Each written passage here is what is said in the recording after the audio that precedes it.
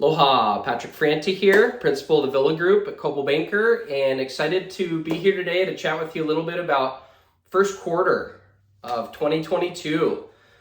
We've got the stats for you, and we're going to basically just kind of review some activity, give you our thoughts, and then make some predictions about where we're headed and what the future holds. So yeah, exciting Q1, no doubt about it. Basically a trend of what happened in 2021 continued. Very robust market, very hot, limited supply. All these were kind of the key dynamics. Villa Group, we had a great Q1, a little over 35 million in volume for the first quarter. That's a huge quarter for us. And on pace to be another record year. Hopefully that's the case. Hopefully things continue. Definitely some variables out there in the world and in the marketplace. Inflation, obviously a big topic right now. Definitely having some effects. The interest rates are basically they've been spiking. I don't know if there's a better word for it. Interest rates have been going up pretty dramatically. We've got a war going on in the East, and that's obviously having an effect as well. So. Also equity markets, extremely volatile. So yeah, a lot at play, needless to say. And what that means for the rest of this year and, the future beyond is obviously no one's got the crystal ball, but we're going to try and make some predictions here. So I'll jump right into the numbers. First quarter, the single family median, 1.15 mil. It's up 20% over last year, and, basically what we expected. Inventories remain tight. There's still huge demand, and that's driving prices. Condos are at 750 for the median, up 25% from last year. Key dynamics are supply for single family, 1.8 months. Supply for condos, under 1 month, 0.9 months, not even a month. We have never seen these supply numbers. So definitely new territory there. Those of you that have been looking in the market, there's not a whole lot to look at. What is this doing? This is driving our sales volumes down. That's obviously, to be expected.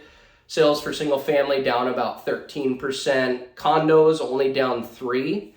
That's, again, comparing to first quarter of last year. And at first quarter of last year, that's kind of right when our condo market started ramping up from COVID. So not as dramatic of a gap there.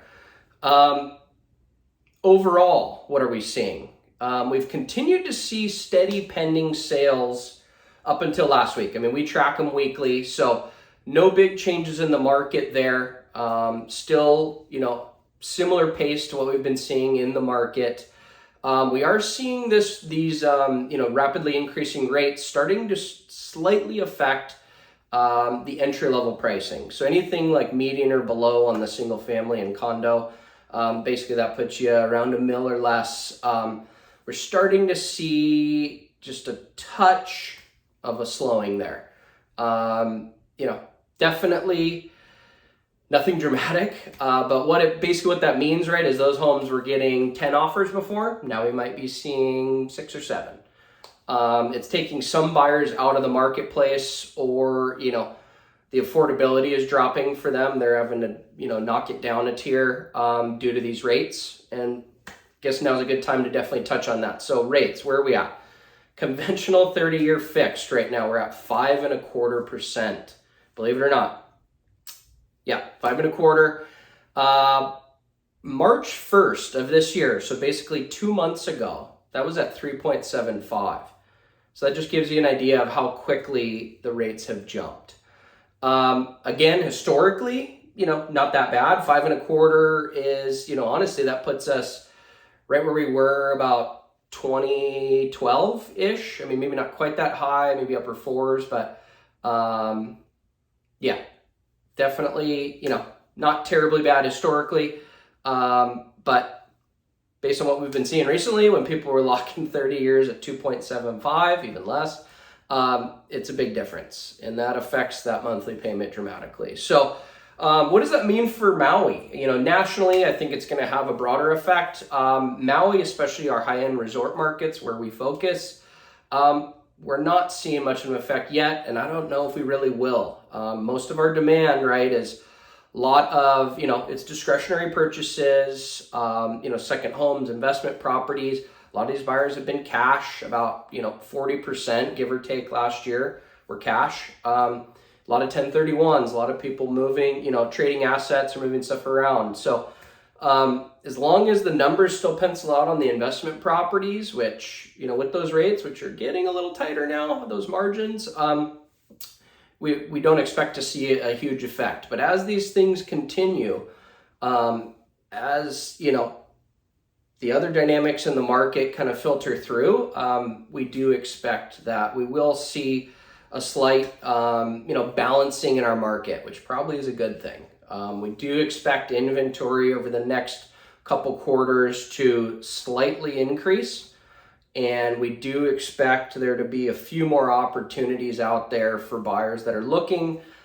Sellers, we do expect a slight softening here with that inventory bump.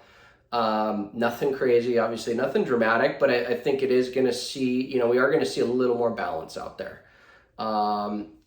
So if you're thinking of selling, there's probably never been a better time in, at least in our recent history, to put your property on the market. We'd be happy to discuss that with you, how to, basically capitalize on these current conditions. And if you're buying, I've got a lot of clients we've been talking through, is it the right time? Is it not? Should we wait? Should we not? A lot of variables there. If you find the right deal, and the right property for you, it is the time to buy. If the interest rates continue anywhere near their current trajectory, that gap in the rate is going to be worse than any price differences that you might make up. So it still is a good time to jump in our opinion.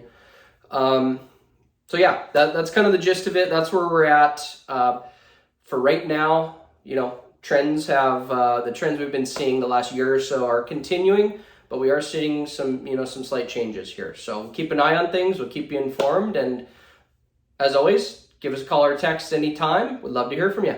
Aloha.